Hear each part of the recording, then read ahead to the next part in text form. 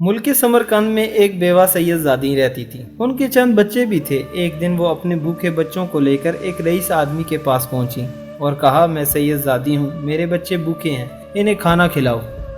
وہ رئیس آدمی جو دولت کے نشے میں مخمور اور برائے نام مسلمان تھا، کہنے لگا، تم اگر واقعی سید زادی ہو تو کوئی دلیل پیش کرو۔ سید زادی بولی، میں ایک غریب بیوہ ہوں، زبان پر اعتماد کرو، سید زادی ہوں، دلیل کیا پیش کروں؟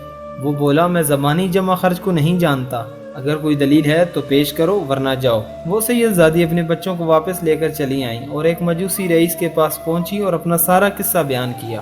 وہ مجوسی بولا، محترمہ، اگرچہ میں مسلمان نہیں ہوں مگر میں سادات کی تعظیم و قدر کرتا ہوں، آئیں اور میرے ہاں قیام فرمائیں، میں آپ کی روٹی اور کپڑے کا ضامن ہوں۔ یہ کہا اور ان کی بڑی خدمت کی۔ رات ہوئی تو وہ برائے نام مسلمان رئیس سویا تو اس نے خواب میں حضور اکرم صلی اللہ علیہ وآلہ وسلم کو دیکھا، جو ایک بہت بڑے نورانی محل کے پاس تشریف فرما تھے۔ اس رئیس نے پوچھا، یا رسول اللہ، یہ نورانی محل کس کے لیے ہے؟ حضور نے فرمایا، مسلمان کے لیے۔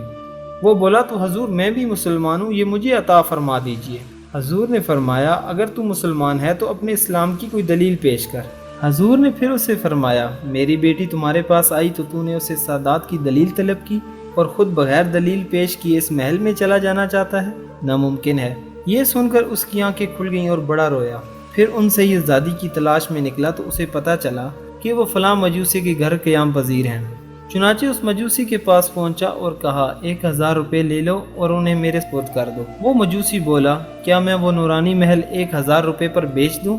ناممکن ہے۔ حضور اکرم صلی اللہ علیہ وسلم جو تمہارے خواب میں مل کر اس محل سے تمہیں دور کر گئے ہیں، وہ مجھے بھی خواب میں مل کر اور کلمہ پڑھا کر اس محل میں داخل فرما گئے ہیں۔ اب میں بھی بیوی بچوں سمیت مسلمان ہوں اور مجھے حضور بشارت بھی دے گئے ہیں کہ تم اہل و عیال سمیت جنتی ہے۔ دلیل طلب کرنے والا برائے نام مسلمان بھی جنت سے محروم رہ گیا اور نسبت رسول کا لحاظ کر کے بغیر دلیل کے بھی تعظیم و ادب کرنے والا ایک مجوسی دولت ایمان سے مشرف ہو کر جنت پا گیا۔ معلوم ہوا کہ ادب و تعظیم رسول کے باب میں بات بات پر دلیل طلب کرنے والے برائے نام مسلمان بدبخت اور محروم رہ جانے والے ہیں۔